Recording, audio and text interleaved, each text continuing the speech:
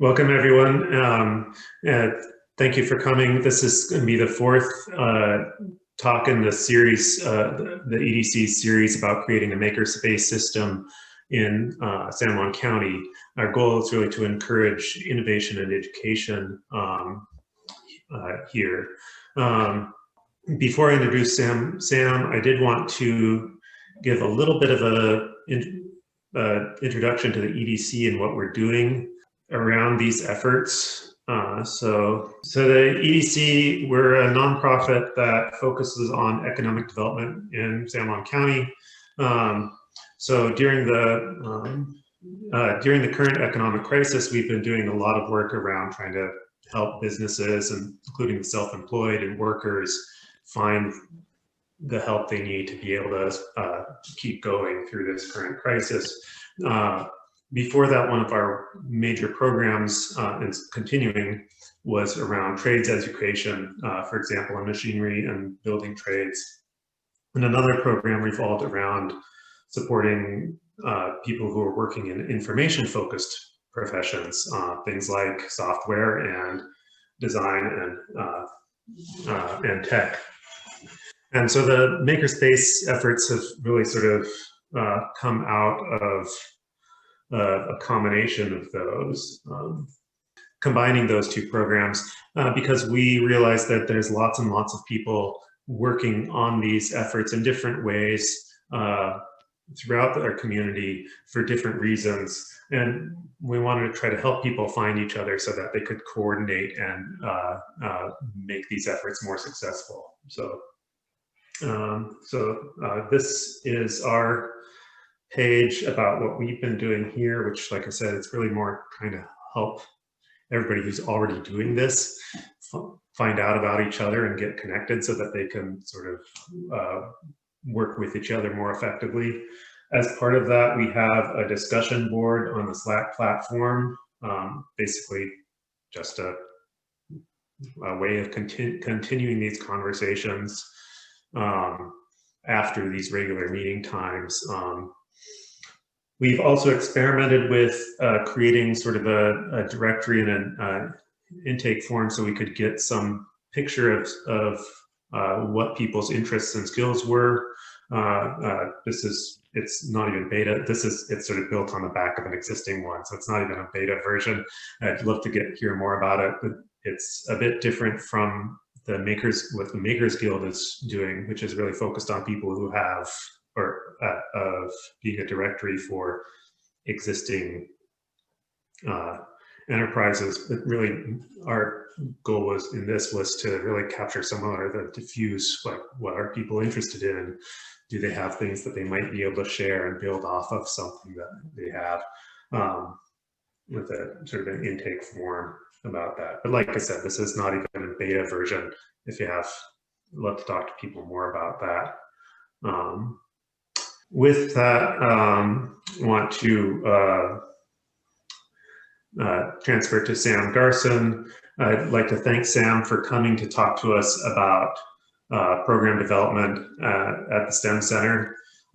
Sam is a CTE and science teacher at Friday Harbor High School. So thank you again, Sam, for coming, and over to you. I'm happy to. Thank you, Mickey.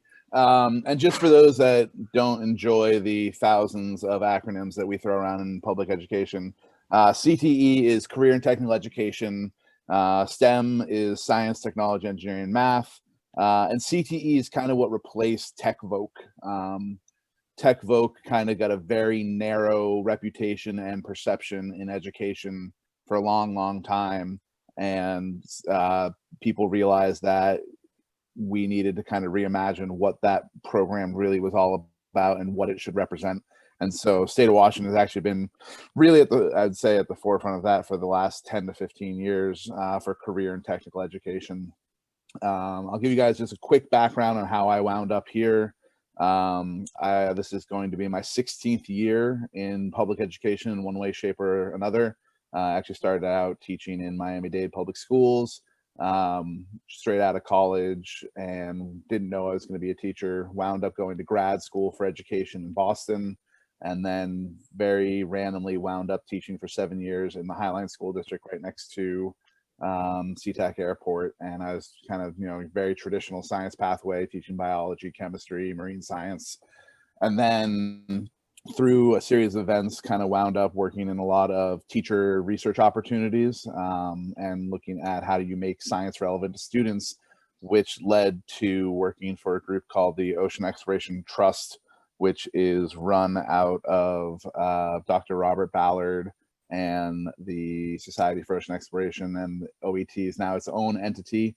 When I started, they were back with another group, but they operate a platform that is the EV Nautilus. It's a exploration class vessel that travels around the world, trying to bring the excitement of ocean exploration to, I'll share my screen here so there's some context, to everyone at home. And basically through this, I got really heavily involved with engineering and STEM education, was the basis of our platform. So I spent 6 years at some of these dots, helping bring ocean exploration to students, teachers, college students, museum, anyone who is involved in communicating and educating the public about the world around us. And then through that was how I actually made some of the connections here on Friday Harbor. And so when Jesse Visiglia left the high school to go work for the brewery, science position opened up, and I started teaching at the high school, and kind of the STEM space was one of the things that really attracted me to Friday Harbor because of my work with OET and seeing the hands-on benefits of student education and what that was leading to, as well as a lot of the work around 21st century skills and a lot of this idea in CTE education that essentially we have a difficult job of preparing students for a job market that when they begin high school is going to look vastly different than when they finish. So every 4 years is a long time, and when they leave high school, the skills and the job market might look a little different. So how do we accurately prepare them for that? And a lot of it came down to some of these core skills and 21st century skills, which kind of led me into the STEM building.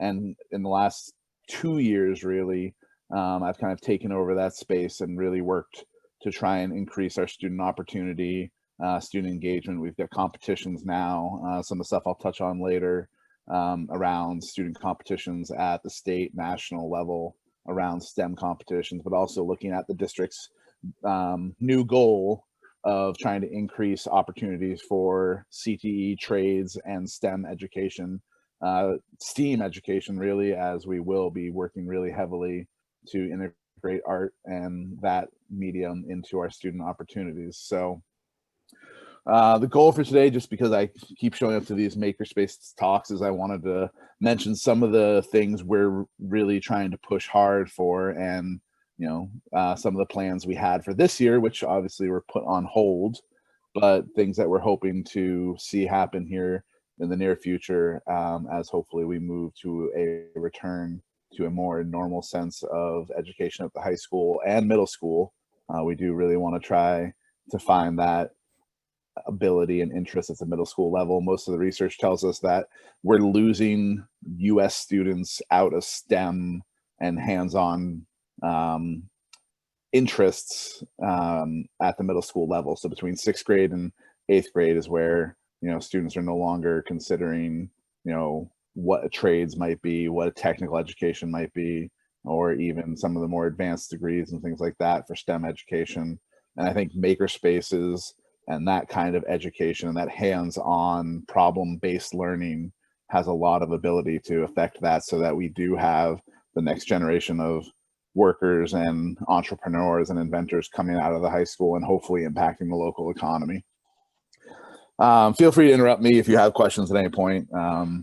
And what I first want to mention is kind of the opportunities that I'm hoping to bring around the STEM Center. So one of the things we've been looking at is the fact that, we do have this incredible facility. This past summer, we worked with Luxel to really use the 3D printers and some of the other tech in the building to produce face shields and ear saver clips for the community. And we were producing quite a few of those. As part of that, I was able to write a small grant that was community funded.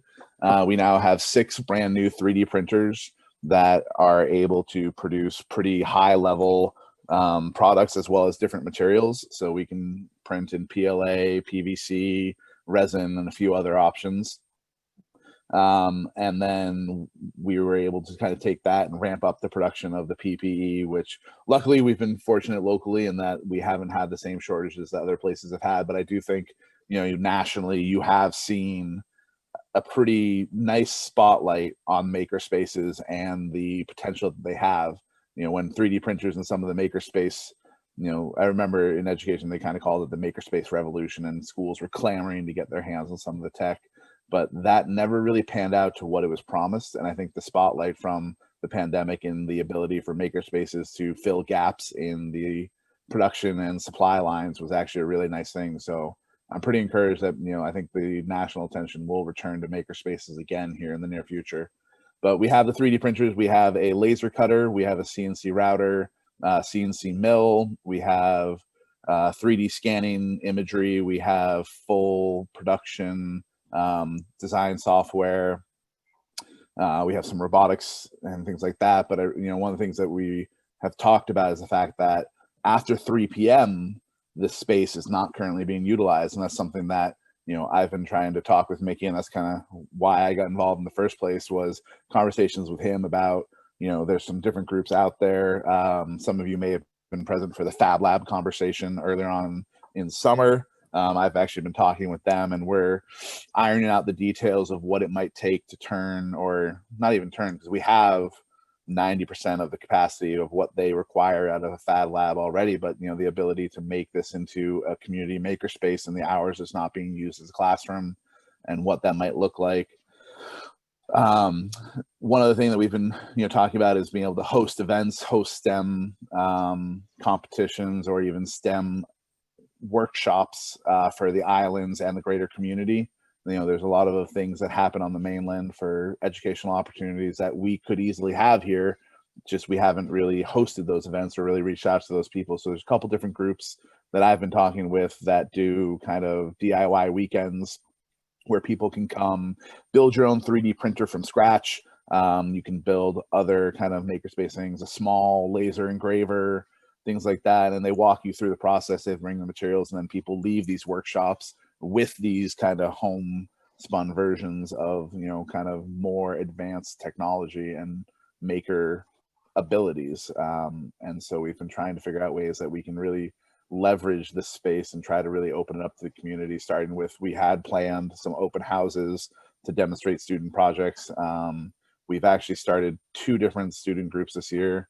One is the FHHS Technology Student Association, and that's a, not to get into too much of the educational jargon, but basically it's a career and leadership student organization that allows our students to compete at the state and national level in makerspace type projects. So they have different categories that they compete in based around different technology. And the idea, again, is trying to get more students interested in post-secondary pathways around some of the skill sets that are really required for 21st century job market. And also, you know, there's been some conversations with different people on the island about kind of a local entrepreneurship, you know, the economy, and basically rapid prototyping and being able to hopefully have the ability to compete with larger manufacturing groups and companies based on the fact that we do have some of these technologies and abilities and skill sets locally. So that's driven a lot of this. The EDC, again, you know, Mickey and I have also been talking about some of the trade work, and, you know, how do we get students more exposure to that so that, you know, they're able to leave high school with as many options as possible. So 2 things I'll just kind of show and talk about quickly that are in development or just recently finished up. The first one is, I'm hoping in the very, very near future that we'll actually have a public facing website for the STEM Center. And that way there'll be a much more communication and information out there about what we're currently doing down in that building. But one of the pieces that, you know, I'm hoping actually this should be live in the next week is the ability for us to actually start to meet some of the requirements and maybe community interest in production right now. So this is a short form because we can't be in person yet, I figure there's actually a pretty easy way that people could request. If they can send me the digital file, we can have a pretty quick turnaround with either 3D printing, laser cutting, or anything like that. The nice part is that as long as it's a personal project and not commercial, most of the grants and the things that have paid for the tools and equipment allow that.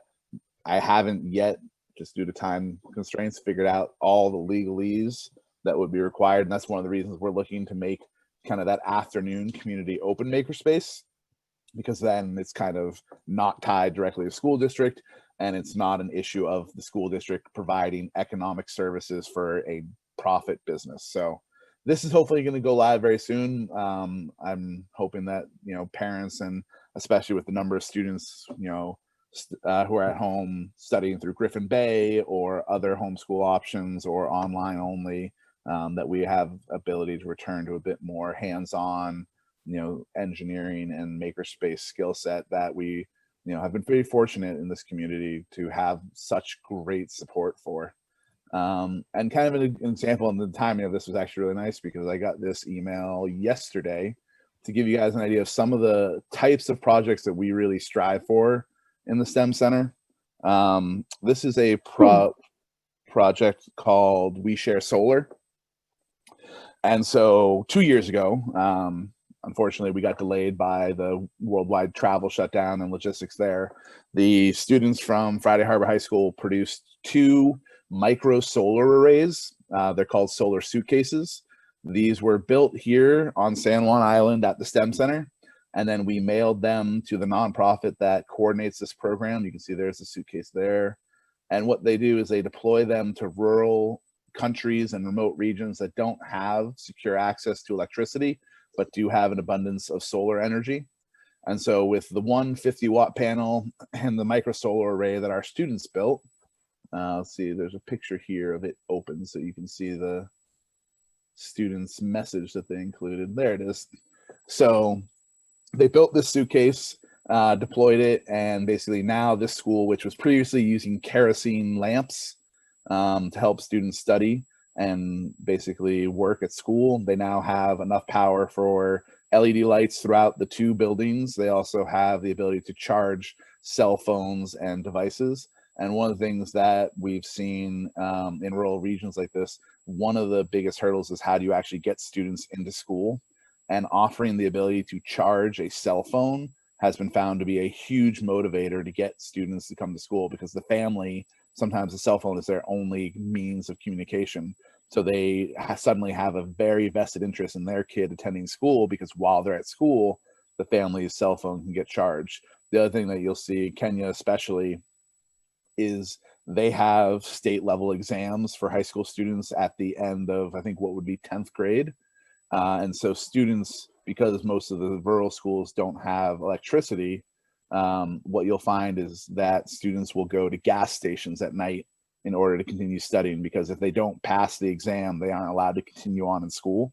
And so basically you have students, groups of them hanging around the lights at the gas stations because those stay on all night, and they're basically studying at the gas station. Whereas with these solar panels, they actually charge large, typically lead acid. There have been some lithium ion installations, but basically they charge lead acid batteries during the day, and the power is able to run at night, and the students can actually come to the school, which is where you would hope they would go to study for these very, very high stakes exams.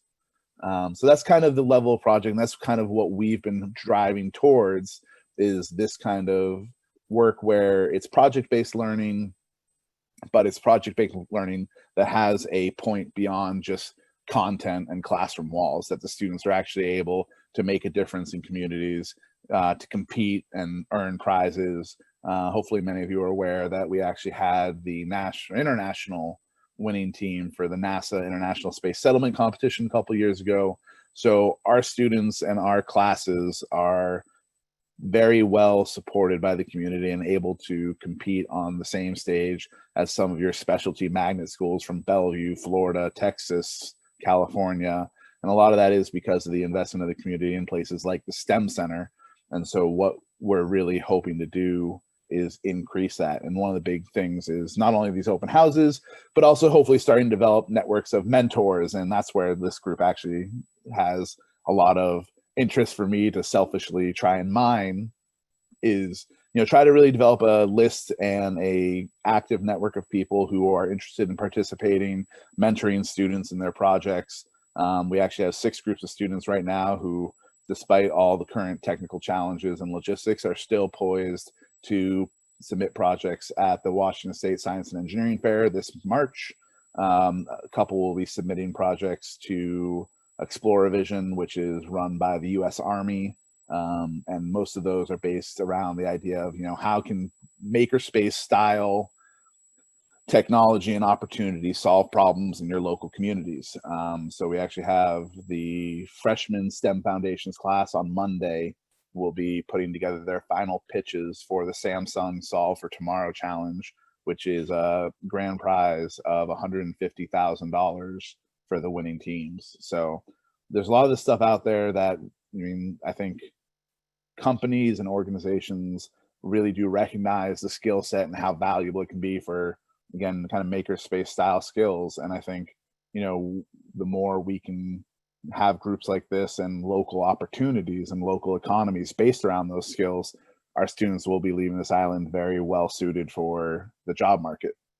So that's kind of a lot of download and a lot of dump, but I wanted to make sure kind of give you guys an overview, since I kind of get the impression over the last 2 years that the STEM Center is kind of this lovely thing from the outside that not too many people have ever set foot in, which I would very much like to change as soon as we can run some of these open houses that I've talked about, but also give people the opportunity to see if there are connections, internships, collaborations, or mentorship that people would like to be participating in.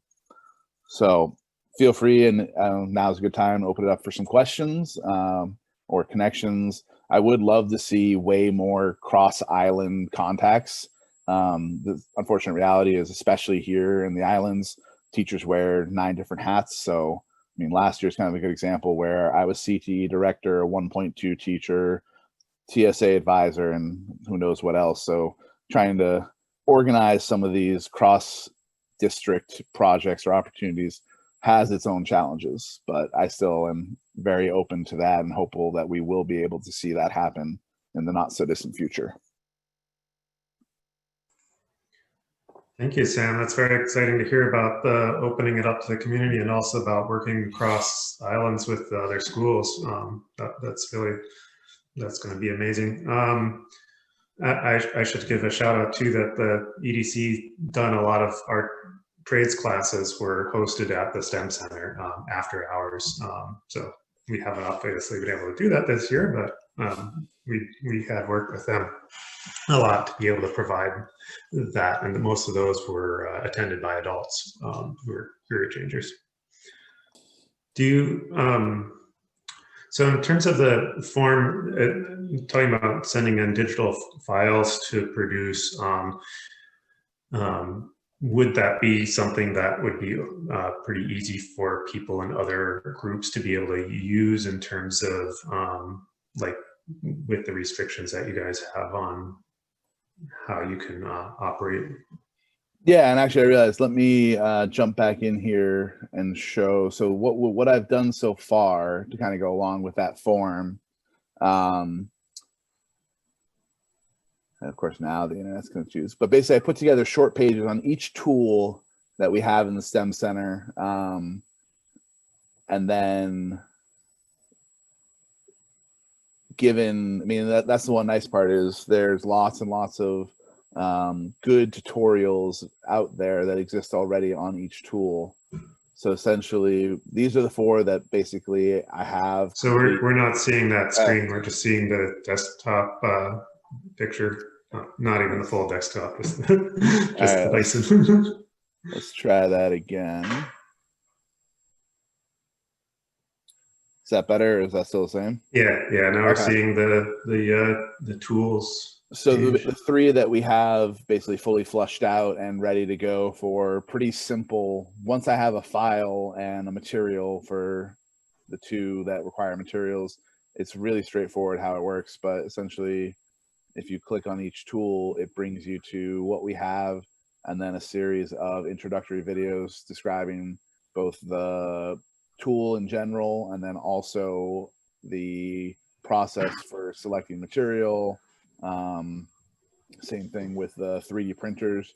So ideally the hope is, especially the main idea with this was people who are teaching at home and have kids at home, if they want to do some sort of design work, the idea is they could come in here, see some quick videos. And even if it's something simple like going on to Thingiverse and putting your initials on a baby Yoda, I still think there's value in students, especially at the elementary and middle school level, seeing that and seeing the turnaround of, okay, here's something I, threw together in the computer. And then 2 days later, I have the actual physical object in my hand at home. So that's, again, kind of under construction, but at least the form side of it, I'd like to get out and get in front of parents and community members as soon as possible.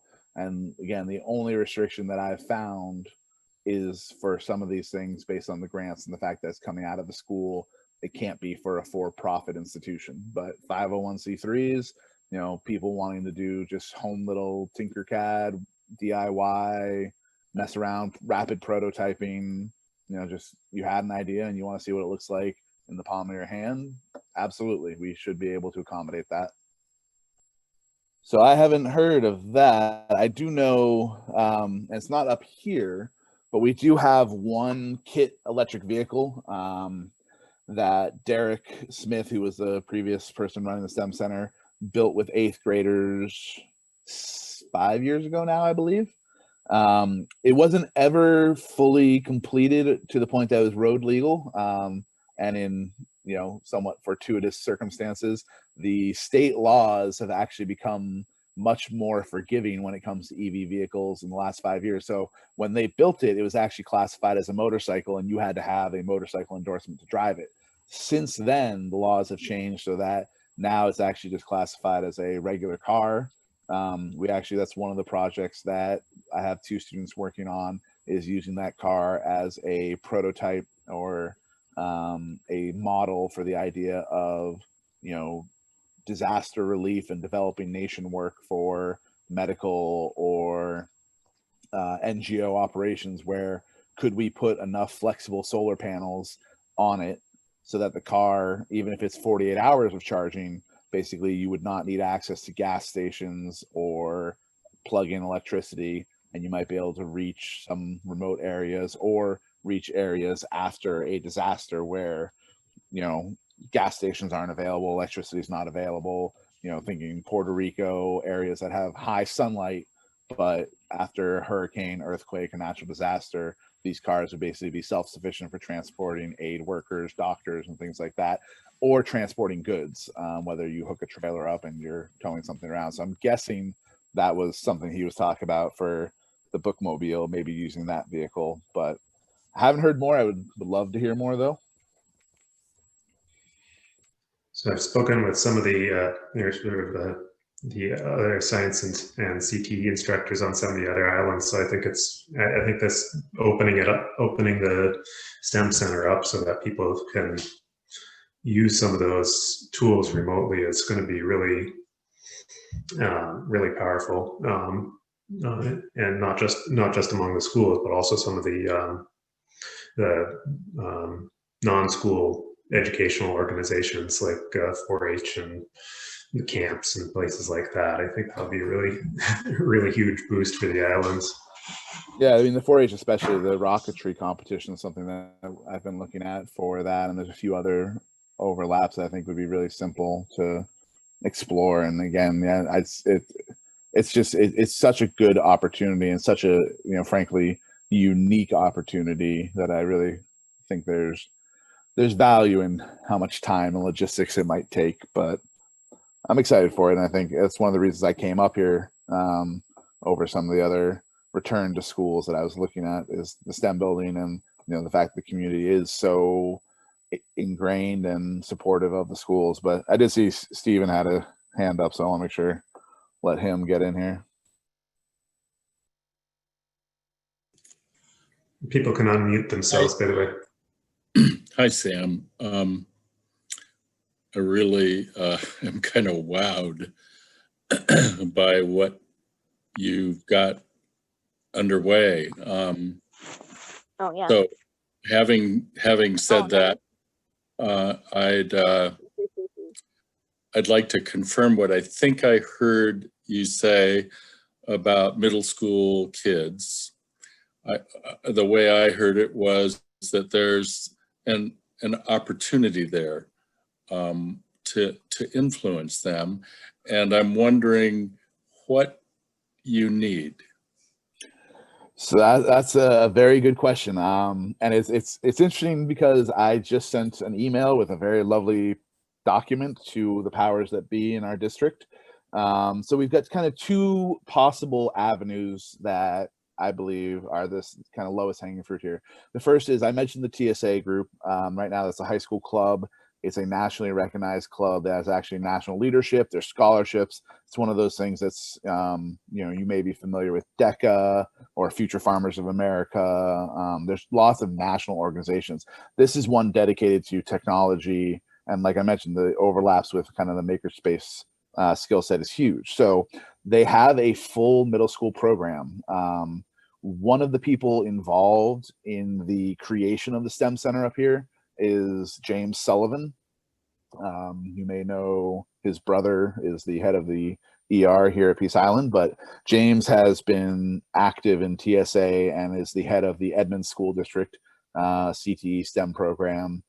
So he and I spent a lot of time over the last 2 years talking, or I guess 3 years now, talking about, STEM education, makerspaces. He has an amazing facility down in Edmonds where one of the things that he has there is students are producing essentially grandfather clocks on a laser cutter, and they're all custom. These are middle school students that produce these clocks, and they leave his program with a functional clock. And, he's been teaching now for 30, 40 years. And he says that, students will come up to him that see him in the street and be like, I still have my clock hanging on my wall in my house right now. So he was the one who introduced me to TSA, and he's, been a very vocal proponent of it at the middle school level. So in my mind, kind of the perfect model is I would love to see a middle school class that actually takes place at the STEM Center. Students walk down, they have the class there, the, benefits there are huge, not least of which is we could actually offer them a high school credit. So you have students earning a CTE or science credit in their middle school year, opening up even more course choices when they get to high school. And then the TSA club's kind of a natural kind of dovetail to that, where as part of the class, they can enter some of these competitions, win scholarship, build those competitive skills, public speaking. There's a lot of really good leadership opportunities there as well. In terms of what I need, it'd be lovely if this pandemic would go away.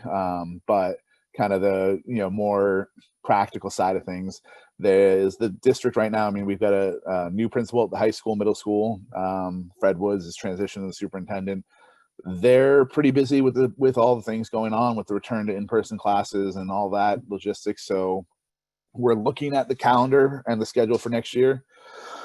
I won't know any final decisions. I know everyone's very supportive of the idea, but I think at minimum next year, it will actually be a pretty simple thing just to add on the middle school component of the TSA club. I would love to have a class to support that, but even if we don't, I'd say the biggest thing would maybe just be some mentorship, parent involvement in the club. I think I saw Yoakam's hand go up and then go back down. So yeah, hi, thanks. I just want to quickly introduce myself. My name's Yotam Zohar. As you can see from my background here, I'm based in New York City. I'm actually a middle school art teacher. I'm hoping, my family and I had planned to actually relocate to the San Juans next summer. We'll see what happens with all this stuff that's going on. And Sam, I just wanted to tell you how impressed I am with everything you're doing. I did my student teaching on Governor's Island at the New York Harbor School, which is right across the water over there, and you may have heard of it.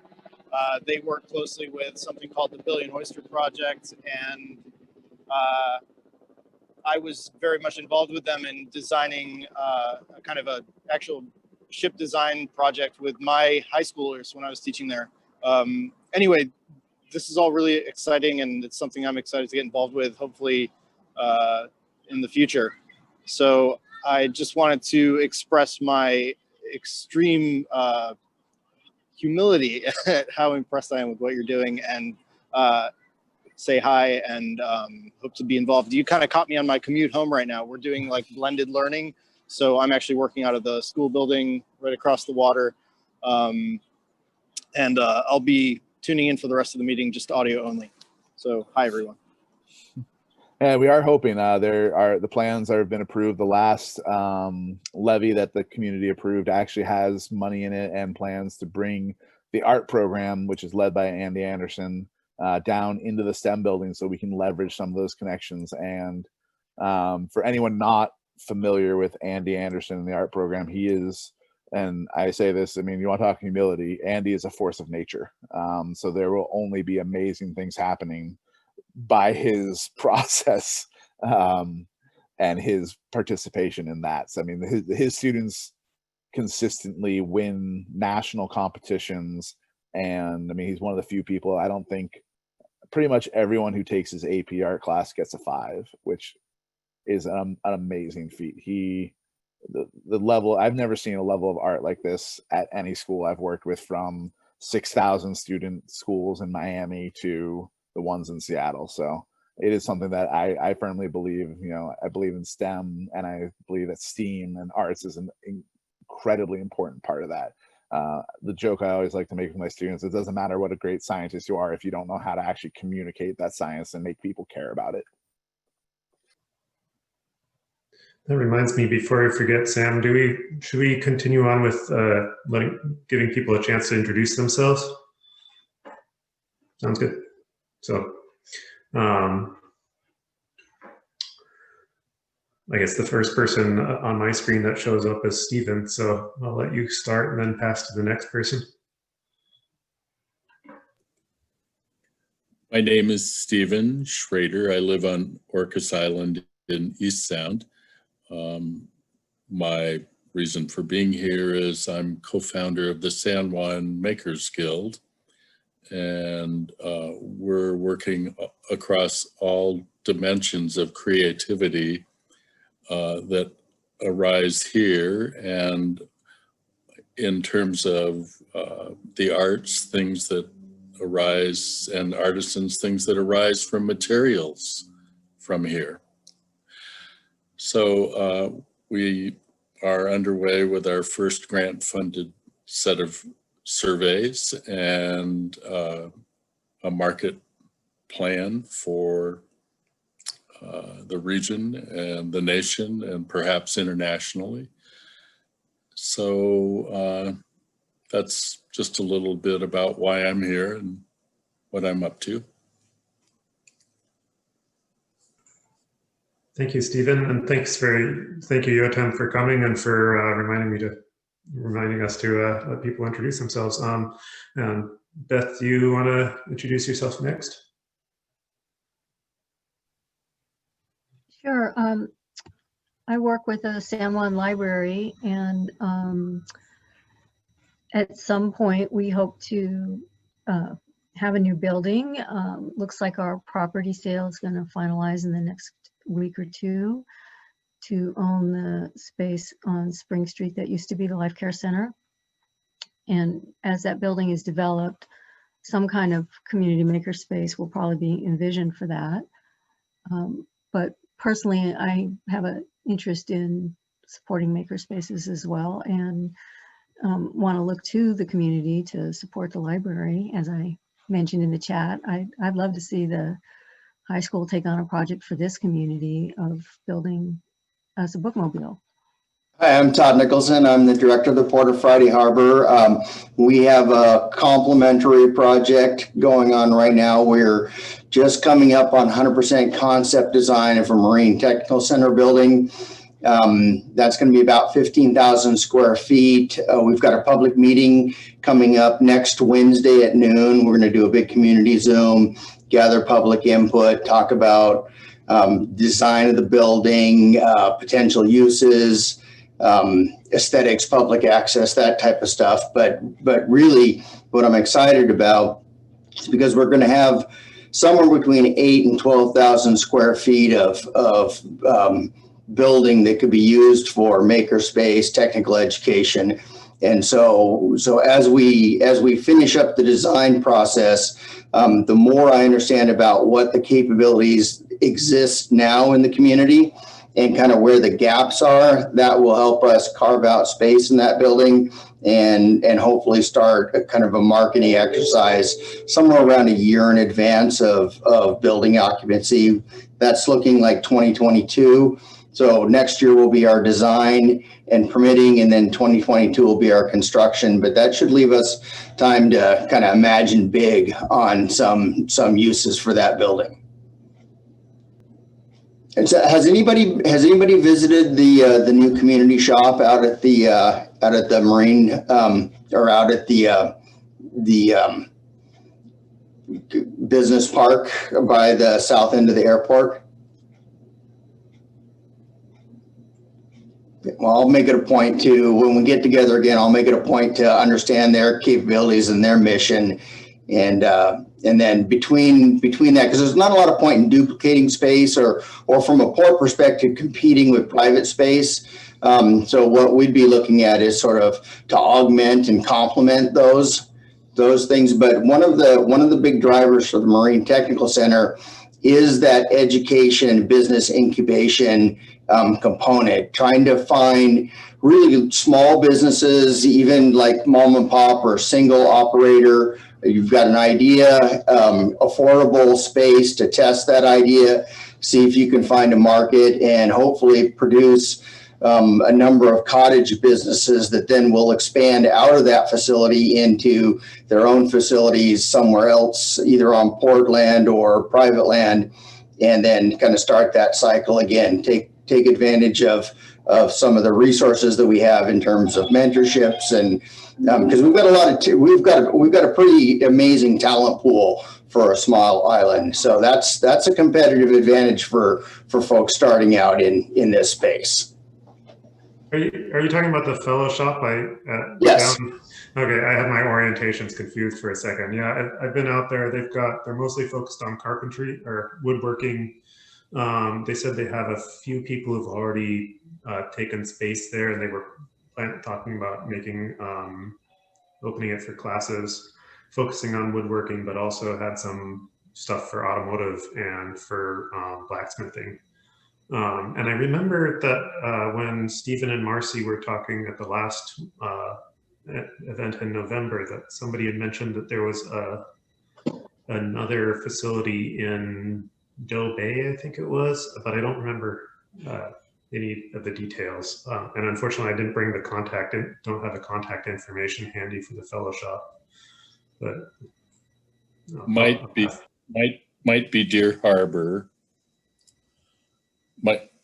That might have been Todd.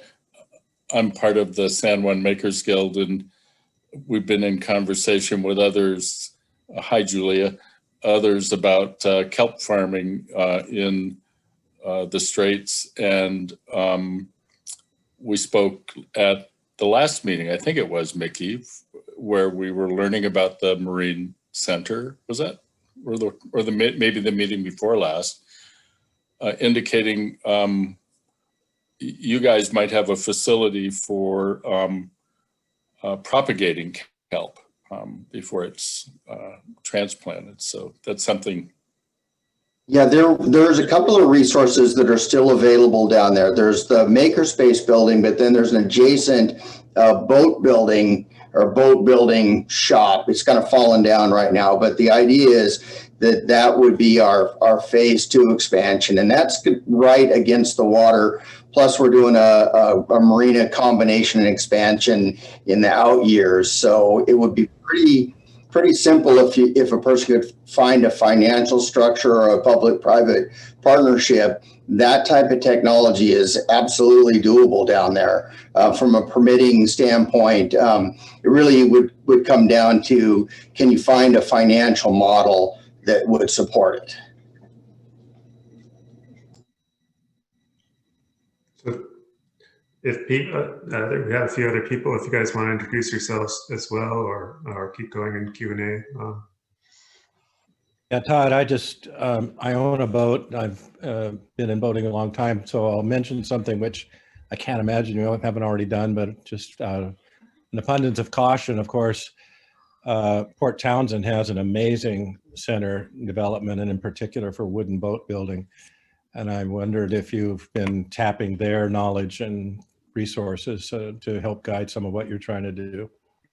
Yeah, we haven't reached out to them yet. We are planning on doing a tour of their facility, but that's definitely one of the industries that we envision being down there. Whether that comes to fruition or not, we'll see. But I think that the opportunity is definitely there. And from an infrastructure standpoint, it's going to sooner rather than later, before we get into the engineering design of the building, we'll need to make that trip down there.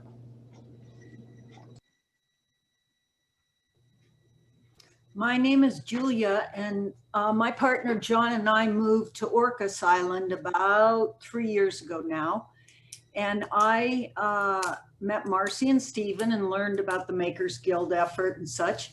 I had an opportunity for a 1031 exchange, and in mid-December, I believe next week, I'm closing on a building which used to be a fish tagging business on Shaw Island. And it was the NTM, Northwest Marine, NMT, Northwest Marine Technology business. They moved to Anacortes, but it housed 20 scientists in this building. It's a fascinating building. It is on Shaw Island. But I am going to approach the islanders and see if they have unique ideas for working with this building to serve the island better. But as this evolved, Stephen and Marcy and I spoke and felt that this might not be ideal for a makerspace because it's on Shaw. And typically people would, students and such would like to come after work hours, after school hours. This may not be the best location for that. But I put it out there, it is vacant now. I'm looking to utilize it to contribute to the community, to all these good efforts that are being discussed. There has been some talk of kind of a woodworking type artisan cooperative presence there. But Mickey, I look forward to talking to you a little further with the Economic Development Council, just to see if you might have ideas for it. And anyone that has any ideas at all, I'd welcome them. Shaw's a wonderful little island, and it'll be a bit of a challenge, but it's a fabulous building. And actually, the man who ran the business and founded the business was with the team that won the Nobel Prize for determining the temperature of deep space. I thought that was fabulous. So I'm looking forward to it. Anybody has any ideas at all, please reach out. Thank you, Julia. Look forward to hearing from you. Thanks. I can jump in here and introduce myself. My name's Paul Lingane. I'm actually living in California, but I have a second home up by Snug Harbor on San Juan Island. Haven't been there much this year because of the craziness, but hope to be spending more time there. I'm a semi-retired engineer. I'm doing product development, self-employed product development my whole career. I say semi-retired as I'm sort of done taking other people's projects on, and I'm now working on a couple of ideas of my own. But I just want to kind of keep tabs on this sort of activity. And it's pretty exciting in the San Juans, and that's why I attend these meetings, is just to kind of keep tabs on things. Who knows? Well, welcome and thank you for coming. I did have a couple other questions, Sam, for you about how things would work when you're opening things up for this community to use things in the STEM Center. Like if you're sending digital files, would it be like the students setting things up to be able to run those prints, or somebody else? So perfect world situation, yes. The goal is basically we have the beginnings of, you know, a pathway for STEM and CTE, which is just kind of educational jargon for there's a series of courses that students would take. So right now I have a senior level class that mostly focuses on producing projects for competition, but I also have some seniors who are always interested in being TAs and things like that. So the goal would be that eventually, you know, the less I can touch and handle any of the tools in that building, the better. The more that the students are comfortable enough and the students have enough skill set with the machines that they're doing all the work is kind of my ultimate goal. So right now, I mean, I've got, you know, 2 students who are pretty fantastic when it comes to 3D printing. And so the idea would be hopefully they're the ones who are in there, whether it's, you know, immediately after school, during TSA club meetings, during lunch, whatever the case may be, monitoring and producing the prints. We are trying to roll out, there's a, again, it's the kind of thing where it takes a little longer because I am very comfortable letting projects stumble and fall as long as the students are the ones doing most of the heavy lifting. So there's a program and a hardware package called Octoprint. Basically, it's a Raspberry Pi 3D print monitor and controller that has web cameras that can be interfaced. So essentially, you can have every 3D printer be remote, so that, you know, 9 o'clock at night before I go to bed, I can check on the status of a 24-hour giant print. And that way the students could also, while they're walking around at their traditional classes up at the high school building, you know, pull out a cell phone and check on their prints that they're responsible for. So that would be kind of end the line when the system's up and running, fully functioning perfectly. But for the immediate, just kind of, you know, get into the community and start impacting, you know, parents who are homeschooling kids. The goal will be, I mean, I'm at the STEM building every single day till close to 3 o'clock. So, you know, in between our 45-minute Zoom classes, it's pretty simple for me to stand up, walk 20 feet and check on how are the prints doing. I have a total of 8 printers, the 2 previous that we were using for the PPE and the 6 brand new ones. So we can print a lot of stuff pretty quickly.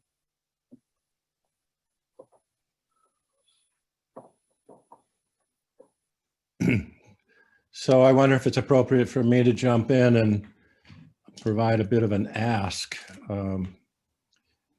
First of all, Stephen, you probably know this. So again, I'm just kind of throwing it out.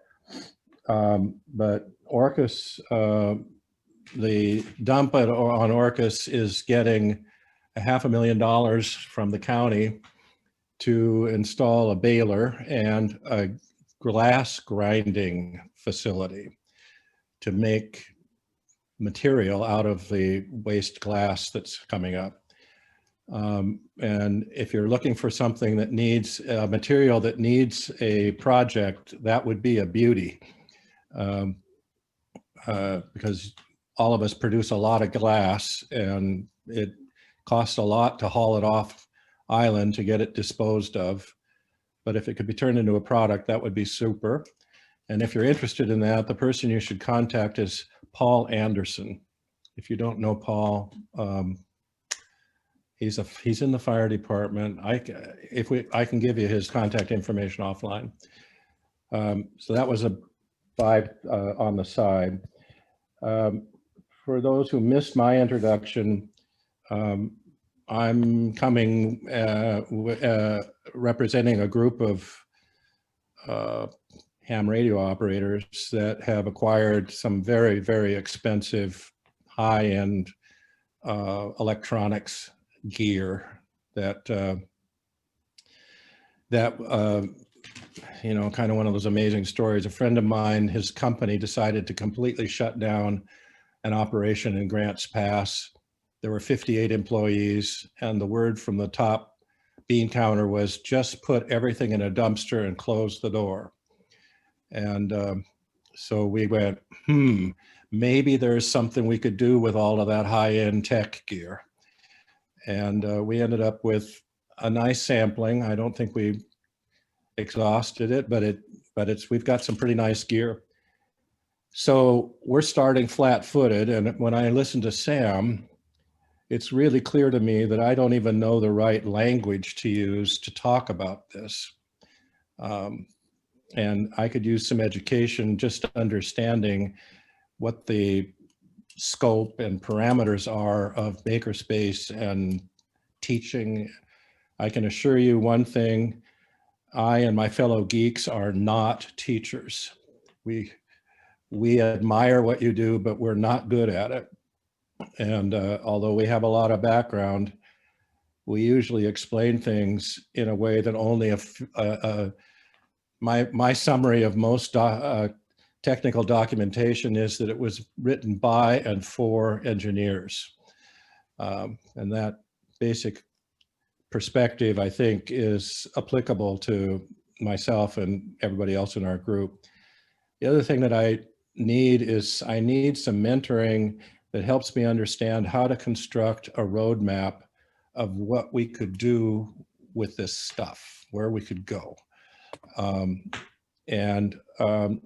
As part of that roadmap, I would hope that it would become clear what are our opportunities, like working with the schools, finding ways to get grant funding for some of the things we're trying to accomplish. I'm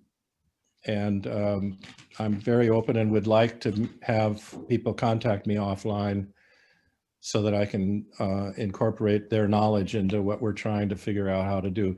We've kind of identified a space here on Lopez that we will rent. And as I mentioned, the dump is a long-term vision of the dump is to have very extensive spaces.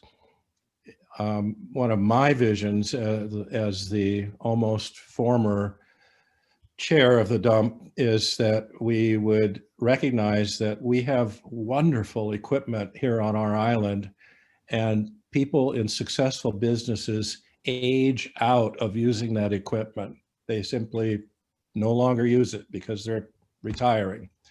And I would love to be in a position to have us recognize so-and-so is getting ready to retire. They still would be willing to train people. They've got it all set up and we can acquire it for nothing, and how to use that.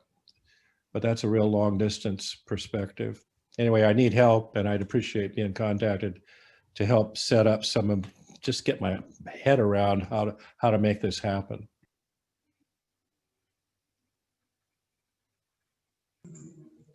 Well, thank you, Clark. And I'd like to get in touch. So.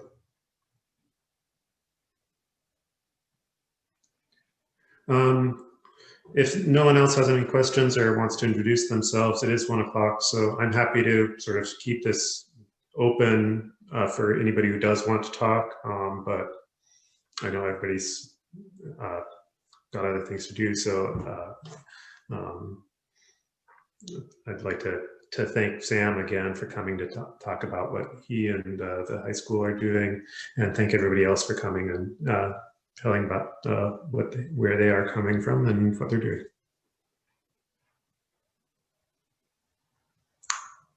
So, did anybody else have any last questions or comments or introductions? I have a question. If we want to follow up by email, you said there was a Slack page. Did you send out a link to that? Or is that a place where we can all communicate?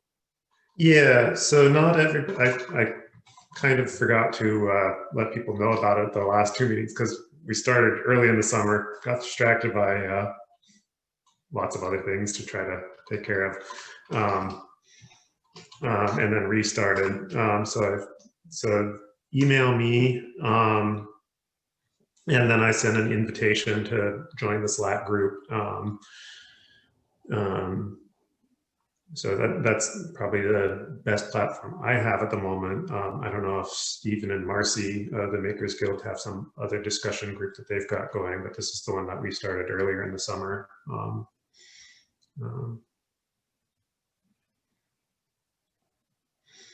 We'll be doing things after the first of the year. We're designing the surveys now.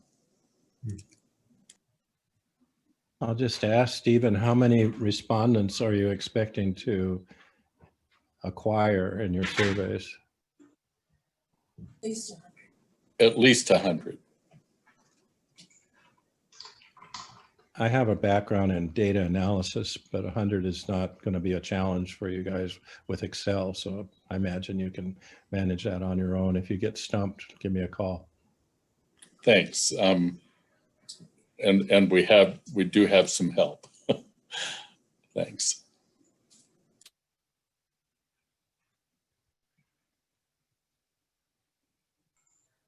All right, well, yes, so like I said, reach out. And those are just some of the things. I did want to mention that in January, Nikita Palmasani from Lopez Solid Waste will be coming to give the next one of these talks about closing the waste stream. I think that was January 14th. I don't remember what the time was. And if you know of people who we might want to contact to have come and present, let me know. Before I go, one of the things that I put in the chat before thinking about electronics was there's also a Facebook group not affiliated with us. It's been here for a few years, the Geeking in the San Juans. Let me see if I can find That's Steve email. Roberts. What's that? That's Steve Roberts. Yeah. So that's probably another good one for people to know about. And they've been here for quite a few years. So thank you again. Anybody have any last comments or questions? I wondered if Paul could tell us what kind of engineer he is and what kind of development he does, product development. Is it mechanical or electronic or software or what?